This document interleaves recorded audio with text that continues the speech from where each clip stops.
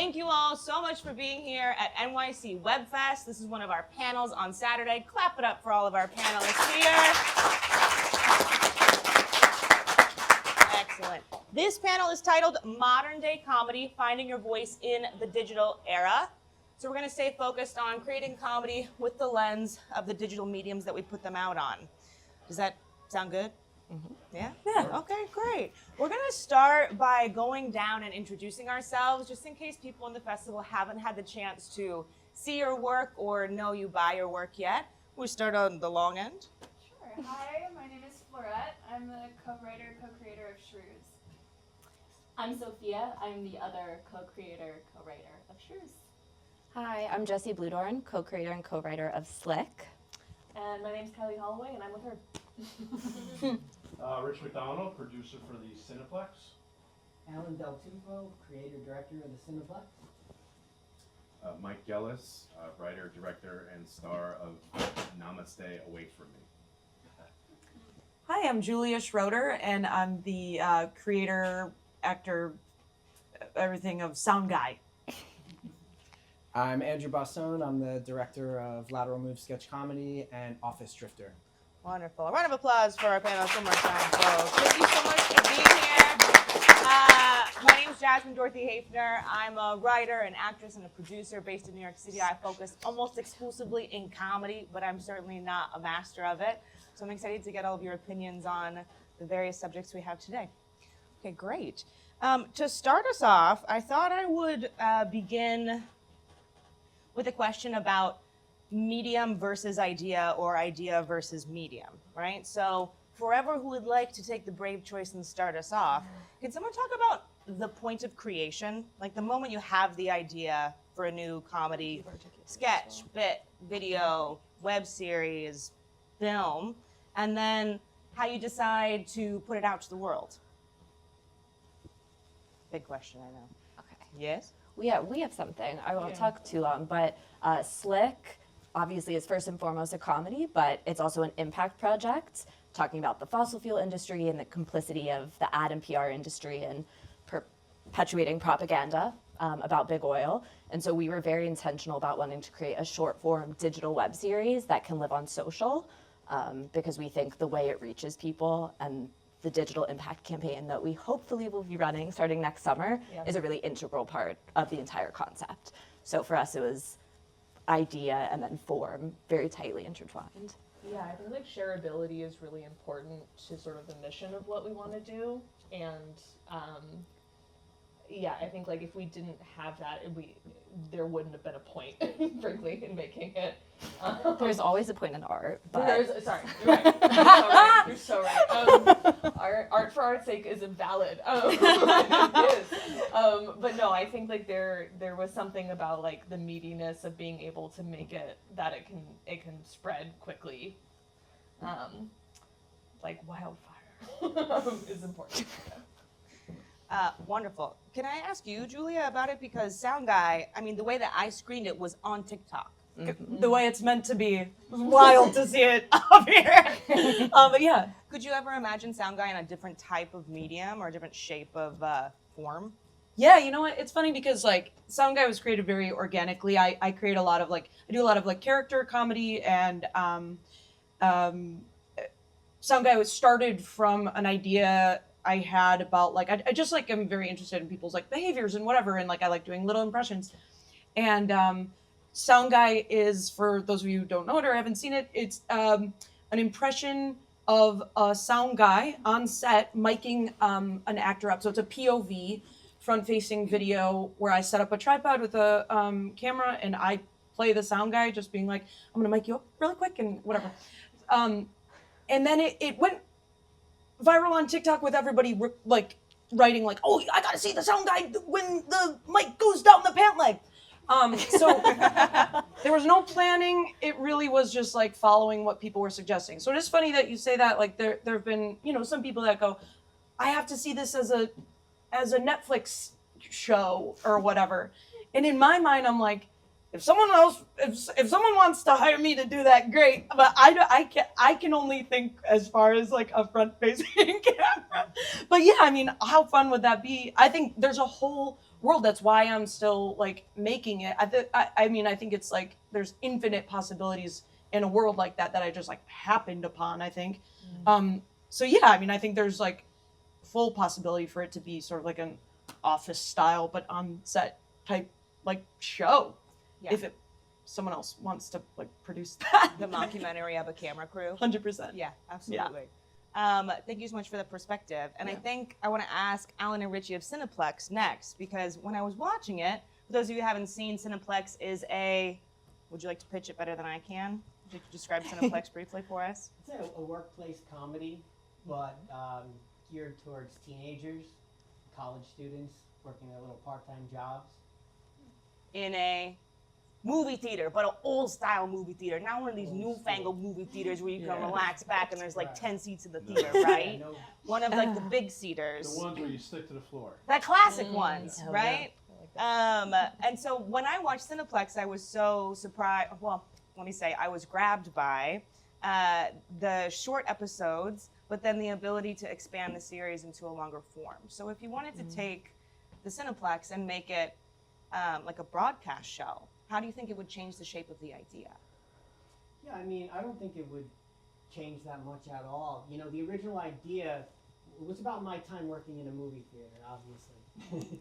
And I had such great experiences in my college years working at movie theaters. I worked at 2 different ones. And my original idea was to make it as a movie, feature film. So the initial script was a 90-minute feature film. It was about 15 years ago. The problem we always ran into was filming in a movie theater, right? The location was always a challenge.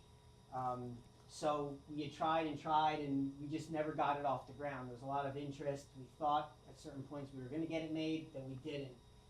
So we kind of put it to the side. Recently, with TV kind of having its moment, I revisited the idea and I said, you know what, I think this would work maybe even better as a TV show. So we shot it as a pilot, TV pilot. It was about 22 minutes.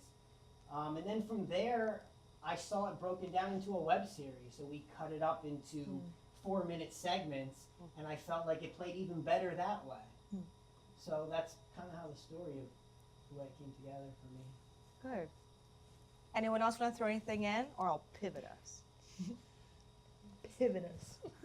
Oh, you got something? No, go Well, please. I guess Sorry, I'm so sorry. no. I mean, I think what's cool about the concept of a web series, which it sounds like that's what a lot of us are here talking about, is that anyone can make a web series, and because of social media and because of things like YouTube, anyone can self-produce, and there are sort of an abundance of platforms to put work up on.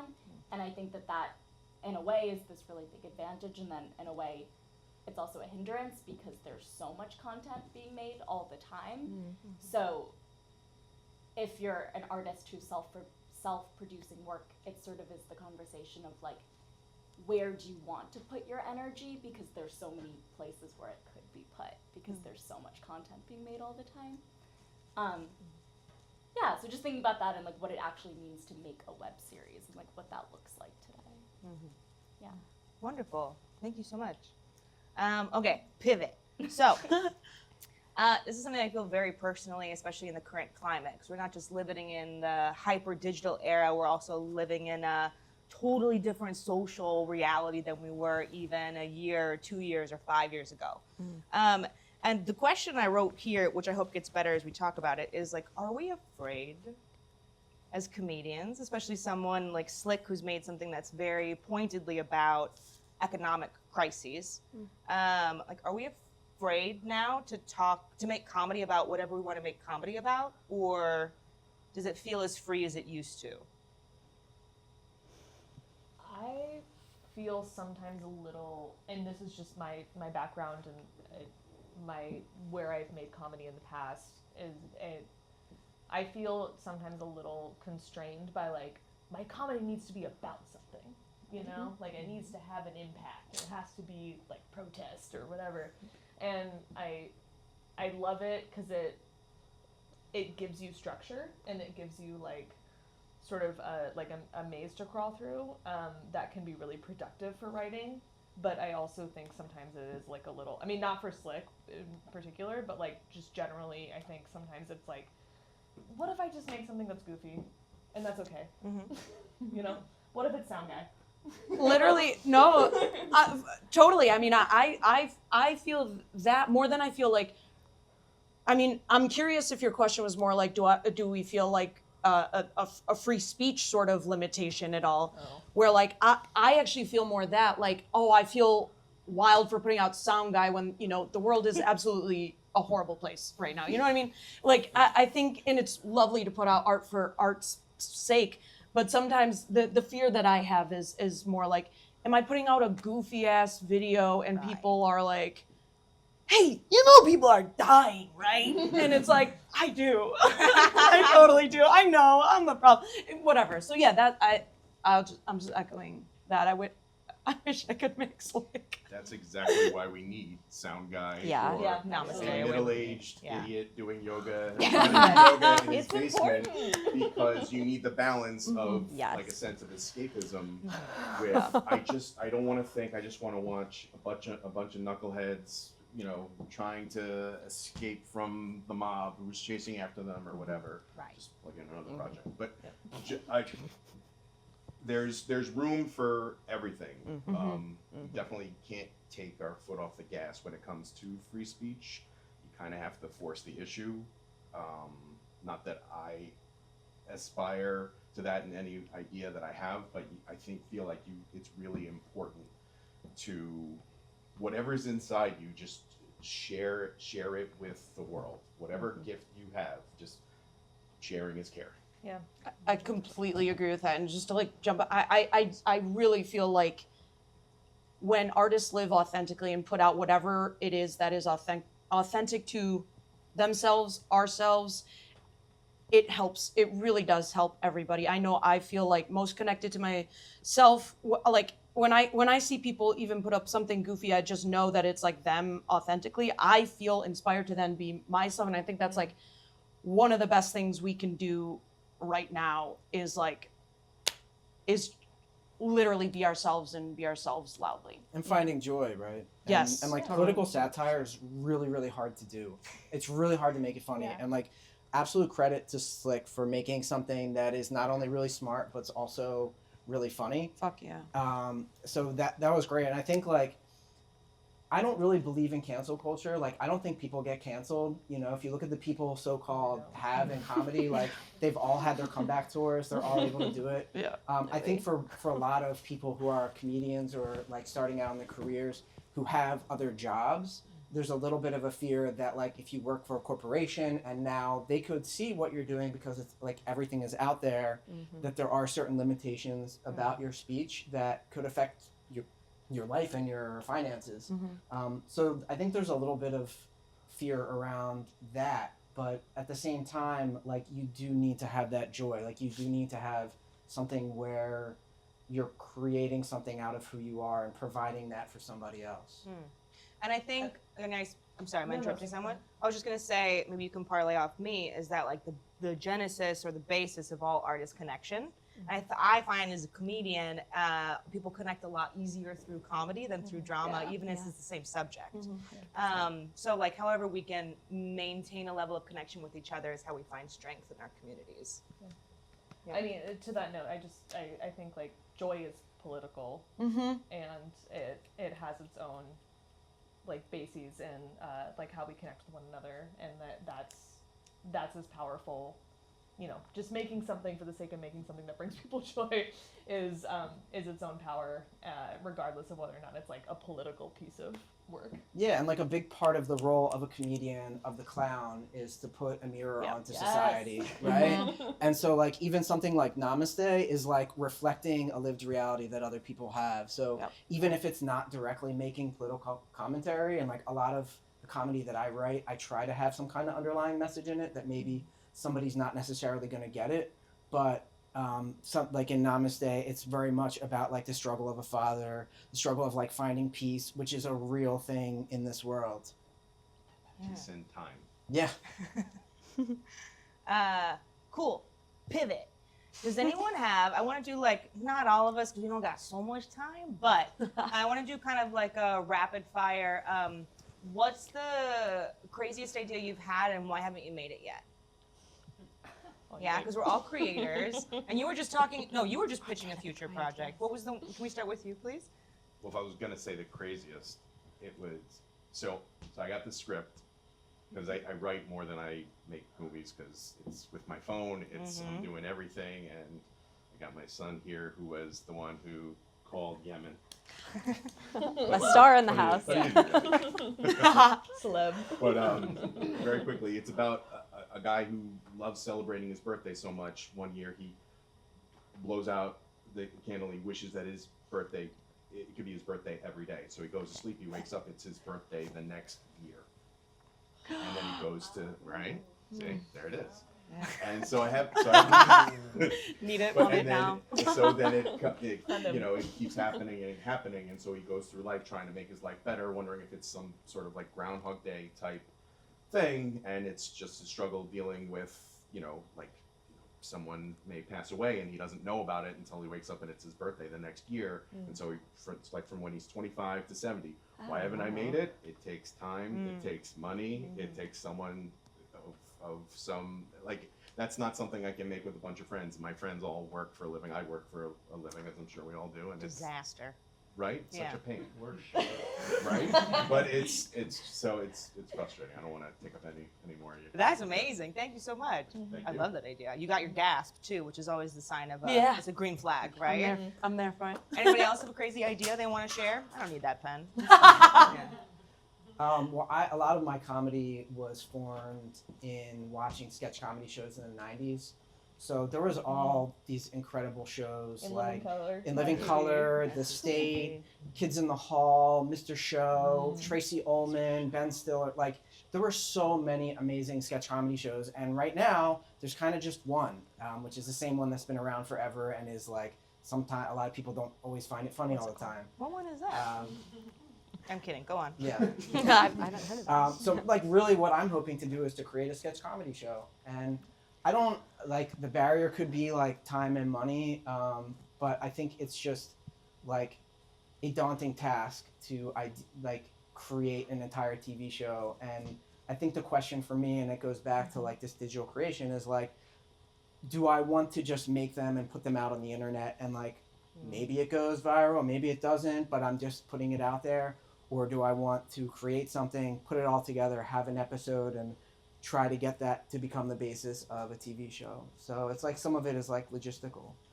Yeah. We don't have good Canadian public access funding anymore in 2025, right? God bless. To make the next Kids in the Hall. Anybody else? I can sense people have ideas. We've both been to Hollywood Climate Summit a few times, which is about like how we tell climate stories, and I think one thing that's really stuck with me is like telling different kinds of climate stories. And one of them was like, someone was like, give me a climate rom-com. Sure. I was like, that's horseshit, but I will do it. So I've been working on like a short film script about like sort of like a You've Got Mail, but about climate and yeah, like a guy who works for PG&E, which is like the Con Ed of California, and they've started all the wildfires. That's their thing. They love doing a wildfire. And then a woman who's like lost, this part of herself that's in the Sierras due to those wildfires. So I think that'll be working on that right now. Very cool. I'm envisioning the kid going P, G, and E. I love F-O-X. Anyone?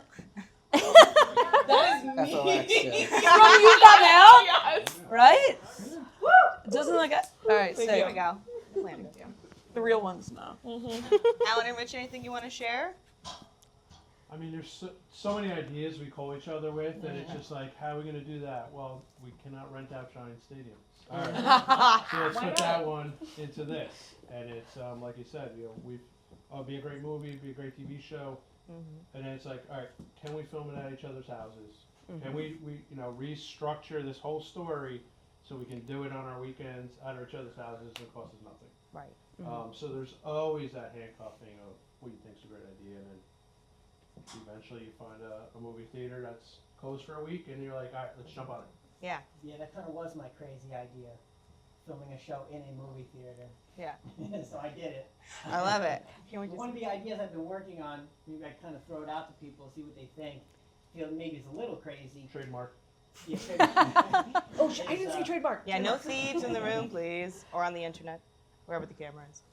Yeah, we're So my idea is, what if the mafia, if there really was a mafia, I'm not saying it's real, okay? There still But is a mafia. what if the mafia started using ChatGPT to run their family? Interesting. There was just a huge mafia bust in the city a couple of weeks ago. That's not a real thing. No, it's Now's the Mafia time. doesn't exist. legally. Hey, just ask Curtis Lewa, okay? I love Key it. things. That's so interesting. And also too, I'll just throw this in as a creator myself. It's like, I shouldn't say this on camera, but it's like when you're trying to find resources for me, I'm like, how much crime am I willing to commit? To how much risk will I take as a creator to use resources? Like I had this idea once for a TV series I'm working on, where an actress gets audition for like a figure skating role on SNL, but then she doesn't have a tape of her figure skating, so she wants to break into Bryant Park at night to film herself on the rink. I'm like, well, how crimey is the crime? Right? Yeah. Can I just pay for the Zamboniing? But yeah, it's like, how do you find the resources to make these crazy ideas reality? Yeah. Are you guys sure you don't want to pitch in? I mean, as far as how crimey as the crime goes, Great intro. I mean, Yeah. Shrews is a a 3-part comedy web series that we filmed last year, and it was entirely self-produced. So I think for us, one of the biggest challenges was finding location, and the majority of our second episode is filmed in Prospect Park, which is entirely legal, but the challenges of doing that are vast.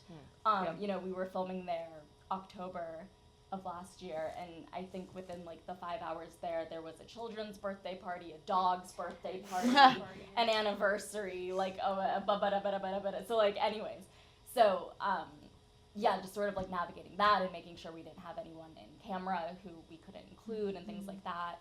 And in the episode that was screened earlier at the bar, we filmed 2 different bar locations in the same bar that we had rented out for like 6 hours, maybe even less. So we had to sort of like do it all very quickly. But yeah, just sort of like making it work location-wise. And also like New York is the best place to film ever because there are so many resources, you just have to get a little scrappy with it. Did you do permitting for Prospect Park? Nope. Cool. We didn't. It Brave. sucked. Yeah. Ever try to close down a street in New York? It's crazy expensive.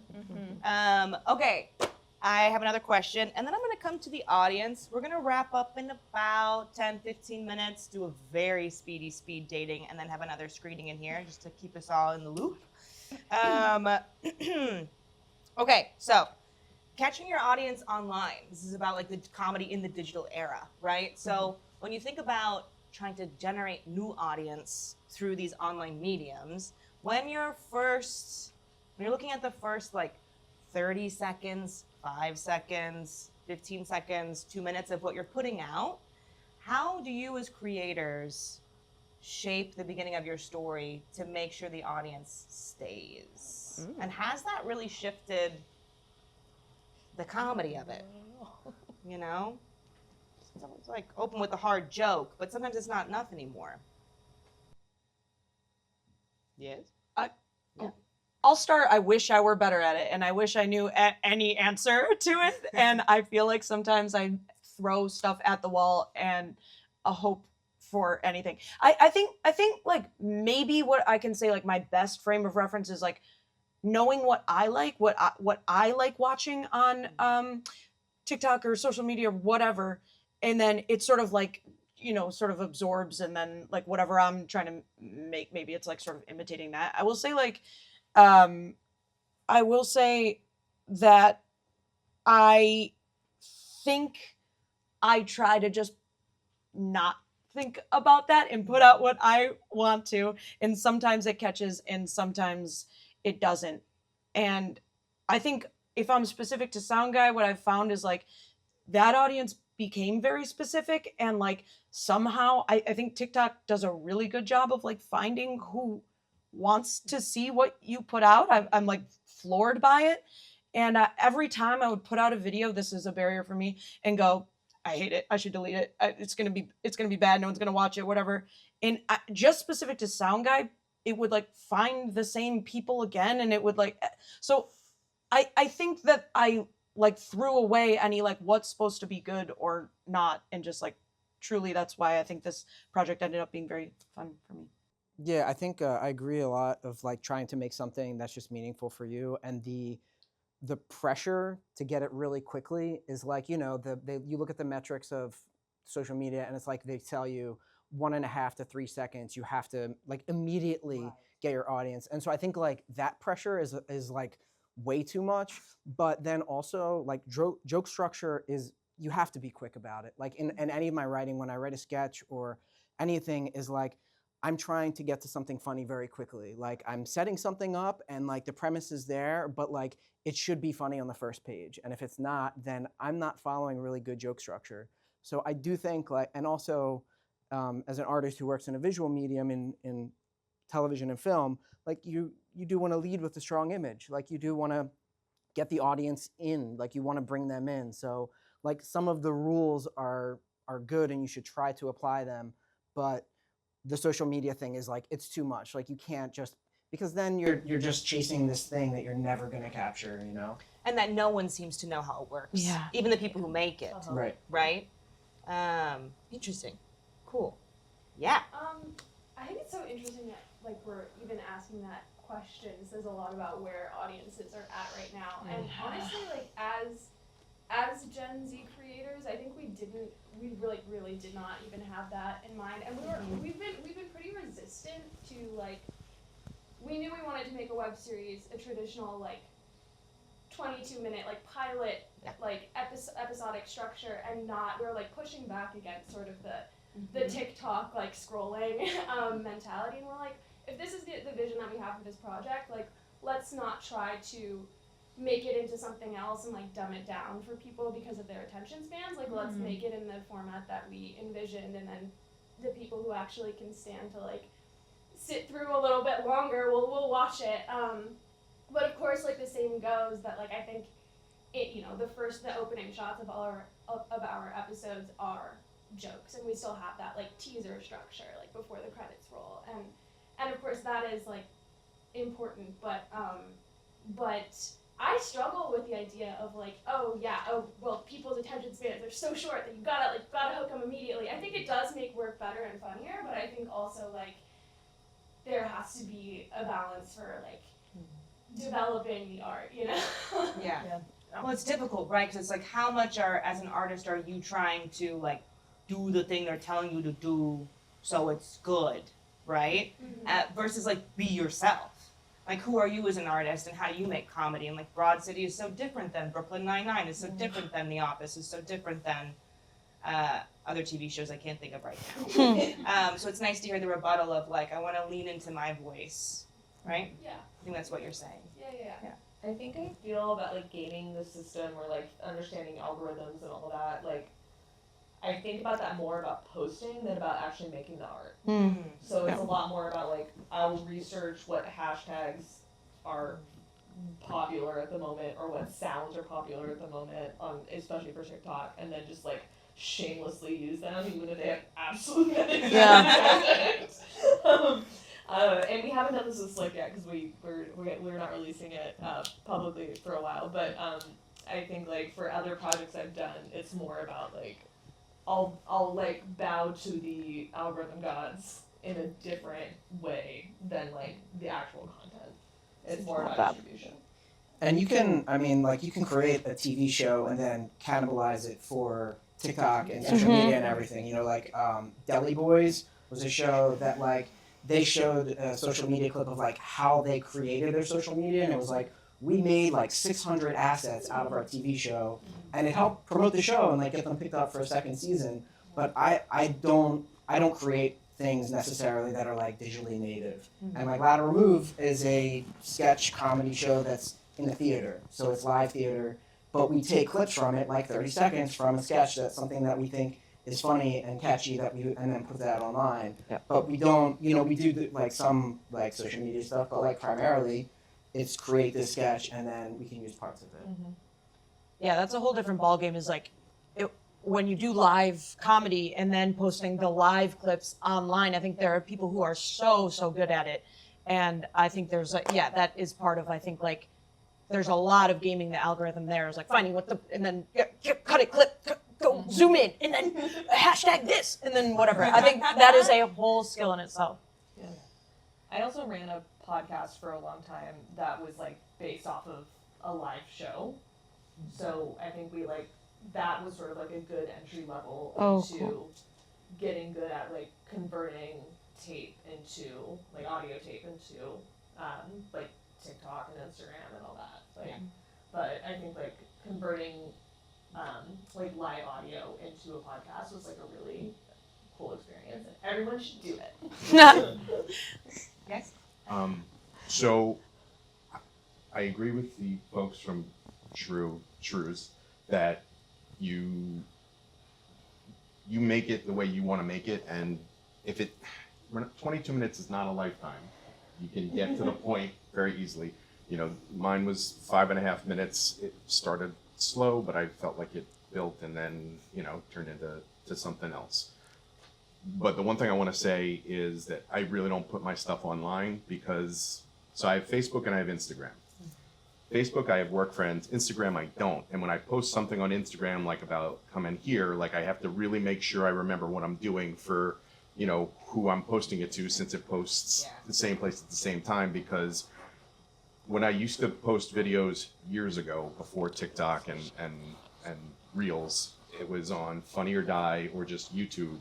And I did something about Chuck Norris, and then I was at a work party, and people were like, "Oh well, if it isn't Chuck Norris." And the problem with that is that they started to Google people that they were interviewing, and then they started to Google people around the office, and so they found me out. And I called my wife, and I'm like, "Take everything down now," because I didn't know who it was going to piss off. Right. And then I reposted it with a fake name. But then Funny or Die just went to like famous people, so I stopped doing that. That's it. That's what I got. I'm gonna bounce to the audience. Burning questions. Yes, for our fabulous creators of many genres of comedy. Anybody? Genres of comedy. Outputs of comedy, whatever it is, framework, structure. Anybody have a question? Yes? How did you determine that a web series was the best medium to tell the story that you wanted to tell versus like live theater, television, like short film? Got it. So it's a question on structure for people who didn't hear in the back, right? How did you decide that a web series was the best structure for this idea versus a 22-minute broadcast show or a very short TikTok video or whatever it is? And we have our web series aficionados here, Shrews on the end. I guess more broadly speaking to like episodic nature, we really like the fact that it's kind of like we get to go on a journey with these characters, and it's not just like one moment, one short film that we're seeing them in, but then we get to return to them, and we get to make references and develop and see how they interact with new characters, and the journey like may still not be done, like we might develop further, and I think I think that it feels like something that the structure can keep like developing, and like Sophia said before, the choice to put it on YouTube it was the medium that was accessible to us, and we weren't gonna go like pitch to like a cable like or network, Netflix or anything. Like we're like, okay, we're gonna put this on YouTube because that's what we have available. Not yet. Flora and I met working on theater together, but this concept, I think it was very clear that we didn't want it to be staged. We wanted it to be filmed, and I think we were both really excited about screenwriting together and writing for TV specifically and thinking about what that looked like. And I'm really proud that we did commit to working on 3 whole episodes and producing 3 whole episodes. And I'm also proud of the fact that all 3 of those are standalones in themselves. Like, we've been going to festivals throughout this year and we've screened different episodes at different times. And so they exist on their own, but also if you watch them all the way through, there is a through line, and also there is tremendous growth if you watch them all the way through. You know, we developed this over a year, so what we screened today was the pilot, which was the very first one that we worked on. And so, yeah, I think a 3-part web series is very reflective of what we wanted to do, and I'm proud of it. And with the learning, like, that's also why we did, because again, like, we come from theater and we were like, let's try film. Like, that's why we wanted to do it. Beautiful. And how about Cineplex? Can I ask you guys about that? Because it's very structure sound. Yeah, the Cineplex, you know, I'm not sure it works best as a web series. You know, my original idea was as a movie. Yeah. So we made it as a TV pilot, like a 25-minute TV pilot, and as a web series, 5-part web series. And so we've been marketing it both ways, and we've played at other festivals just as a pilot, and it played really well. And now we're starting to screen more as a web series. And so actually this is our first screening as a web series. Cool. So, yeah, so we'll see. I don't know. But I do think that the TV world probably would be better than as a movie now. I feel like you could take it further. It's something that you could make multiple seasons on.